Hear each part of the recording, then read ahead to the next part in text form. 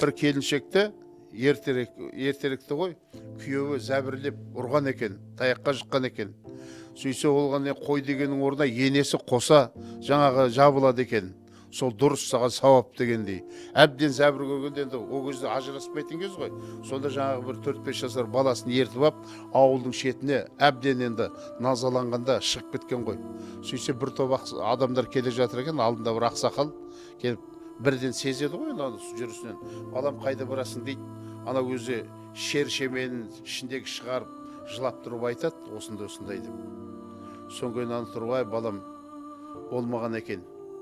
Сен бір ашуыңды маған бер айналайын. Мынау бүкіл елге, ауылға салық болады. Дейді да бір қағазға бір ауыз сөз жазады. Мынаны пәлен деген ақсақалың бар ауылдың. Сол ақсақалға апарып бер. Кім берді десе Алданазар деген кісі берді деп айт дейді. Алданазар би. Ана кісінің аты Алданазар екен.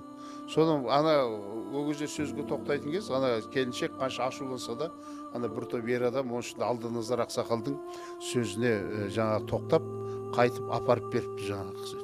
Сонда ана қатты көріп айтқан екен, ойпырмай құрыдық қой, өлдік қой, тірідей өлді деген осы ғой, тірідей көмді деген осы ғой деп жаңағы назаланып кетіпті ауылдың.